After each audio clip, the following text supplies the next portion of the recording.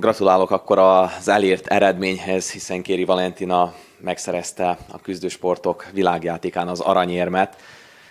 Egy hosszú távú, vagy visszamenőleg nagyon sok tanítványa volt már, mégis mondhatni, hogy Kéri Valentinának ezek az elmúlt évben elért eredményei, ezek a legnagyobb sikerek az ön számára, vagy vannak azért még itt a múltban még hasonlóak? Köszönöm szépen a gratulációt és az elismerő szavakat. Most a legaktuálisabb eredmény mindig a legkedvesebb, nyilvánvalóan. Sajnos vagy szerencsére nekem van mire visszatekintenem, és még nem tartok ott, hogy ezeket összegezzem. Mindenféle, 3 generáció világbajnokom van, úgyhogy mindegyik ugyanolyan kedves számomra. Az első ugye Halasi Éva volt, aki mindezeket megnyerte szintén, plusz még egy-két dolgot ezen kívül. De például a világjátékokon nem vett részt, hiszen akkor még nem is szerveztek ilyent. Aztán ugye jött a Tina, aki most aktuális, és van egy harmadik tanítványom is, a Blaskó Zsanett, aki juniorként lett szabad világbajnok.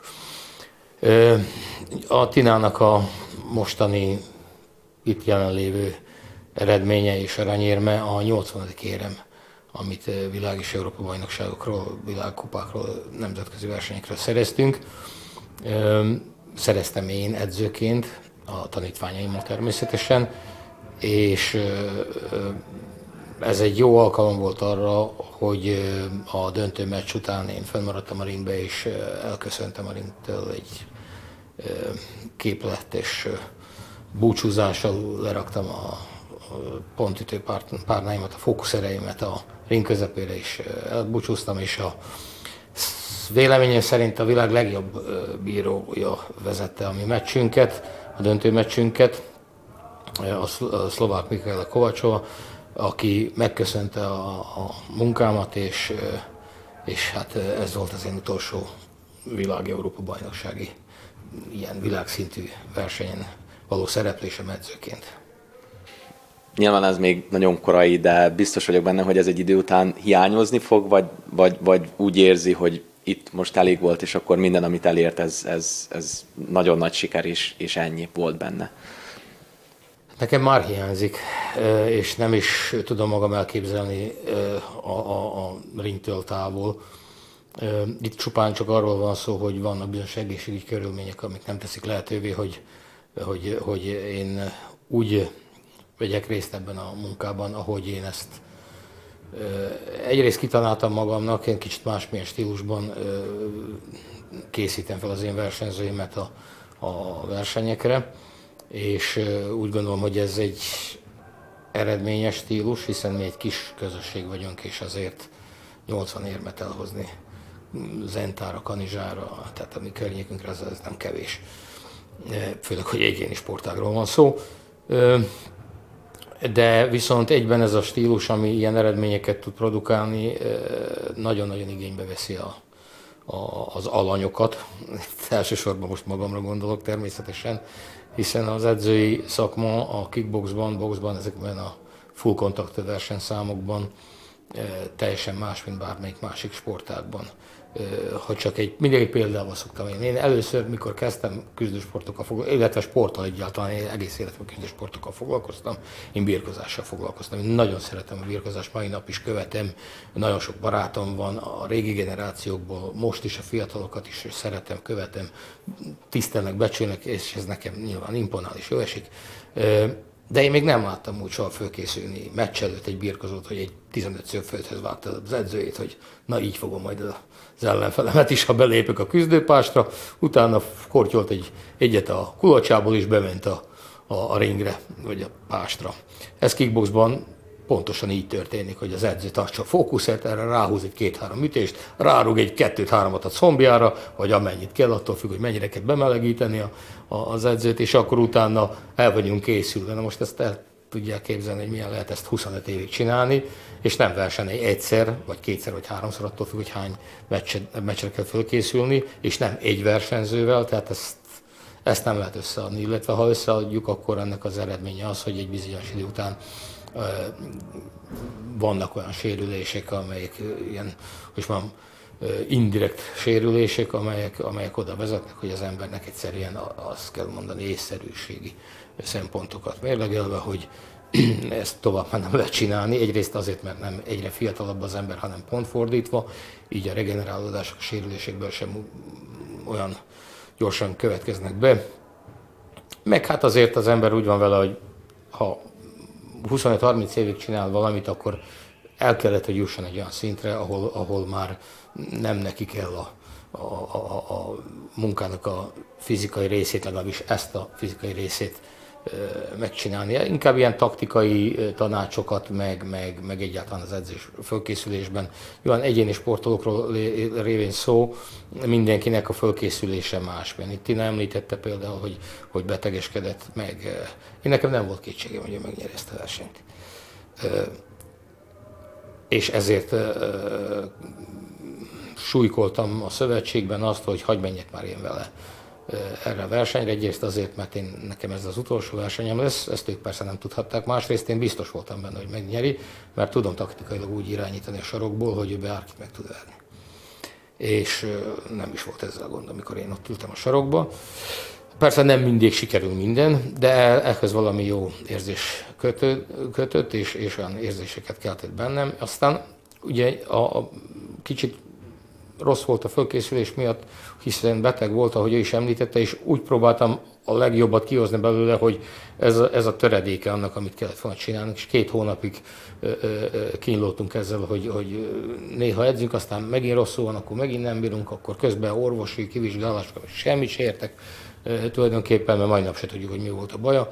Úgyhogy igazából ilyen nagy blintre ment az egész, és a végén sikerült elérni ezt az eredményt, ami föltette így a meggyet a habra, vagy a tortán, és az én karrieremre a pontot.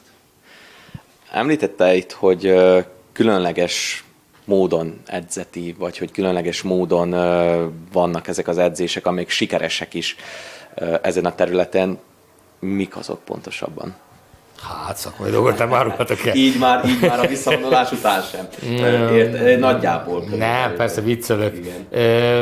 Nos, én úgy vagyok vele, és ezt szeretném látni más kollégákban is, és néha látom is, hogy a legfontosabb tényező a versenyen a versenyző.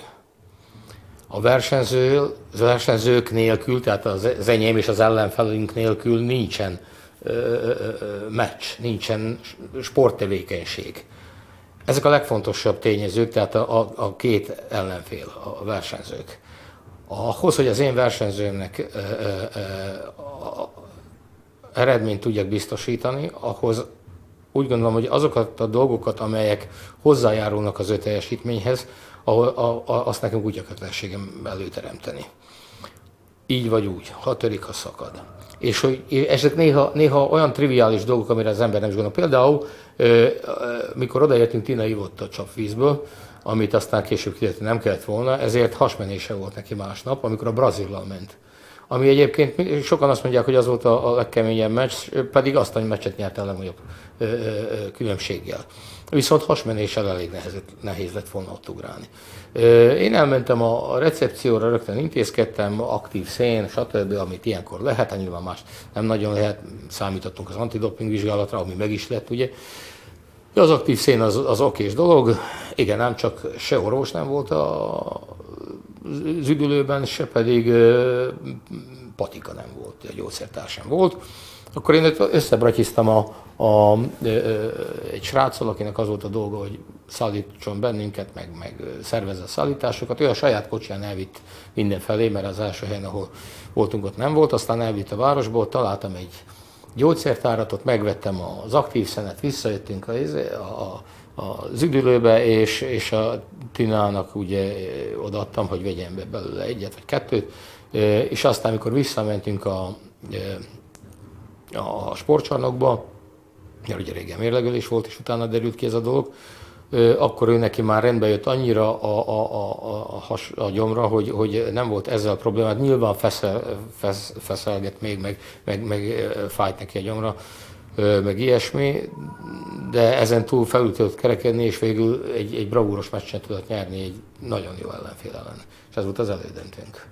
Igen, itt pont említettük ezt a felkészülést, de hát az ilyen fizikai, taktikai felkészülés mellett azért mennyire kell foglalkozni a lelki állapotával, vagy pszichikai állapotával a versenyzőnek. Itt most már egy hosszú pályafutás alatt azért több ilyen tapasztalat is volt.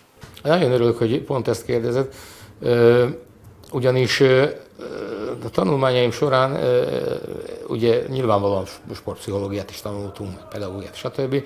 Tehát, de ezt ilyen majdnem, hogy ilyen futólagosan. Most ennyi év tapasztalat után én el tudom mondani, hogy nincsenek jelentéktelen részletei a fölkészülésnek. Ugyanolyan fontos az izmok robbanékonyságának a fejlesztés, vagy bármelyik motorikus képességnek az előrébb fejlesztése. De az a probléma, hogyha erre nincs motiváció, akkor hiába van nekünk szuper jó pliometriás dobozunk, amire rá lehet ugrani, nem tudom én honnan. Tehát hiába iktatunk be olyan gyakorlatokat, amelyek fejlesztik a motorikus képességet, amit éppen megcéloztunk, hogyha erre nincs kedv.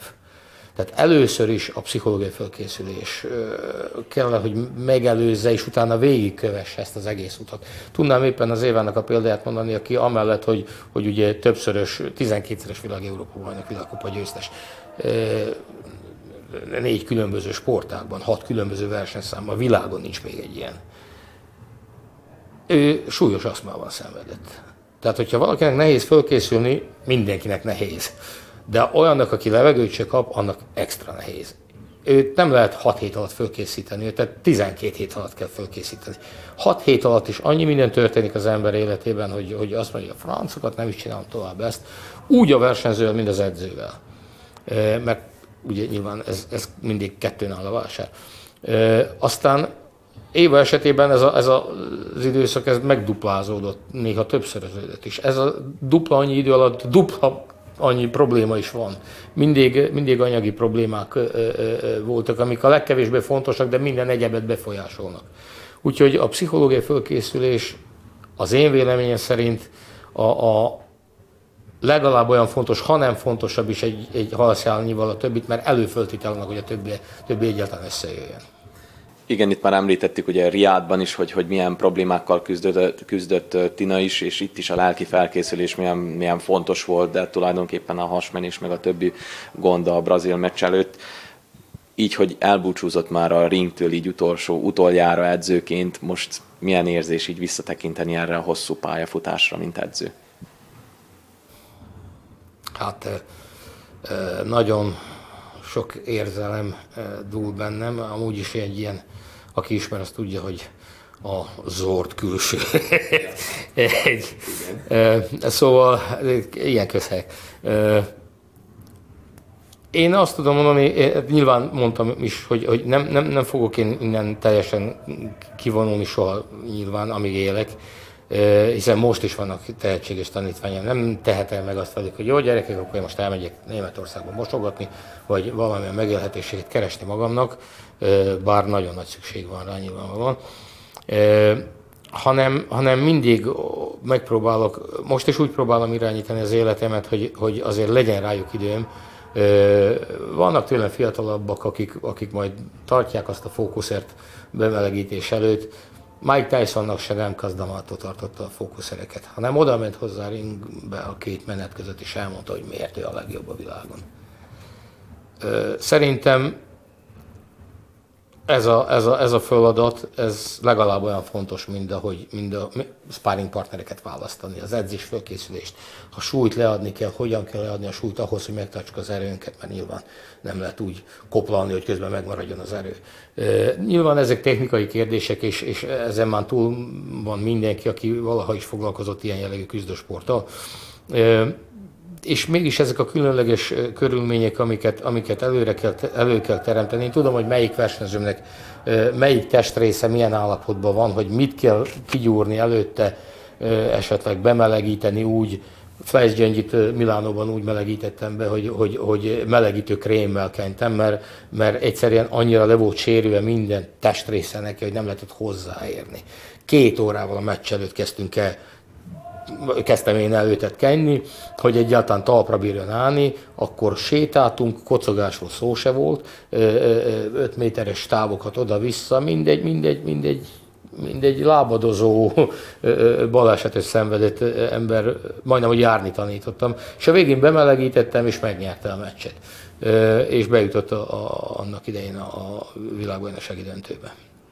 De ezek a dolgok, ezek mindig is hiányozni fognak, és most már hál' Istennek van annyi emlék, hogy vissza tudok tekinteni szerintem egy sikeres karrierre, és büszke vagyok nagyon rá, hogy ilyen fantasztikus embereket tudtam nevelni.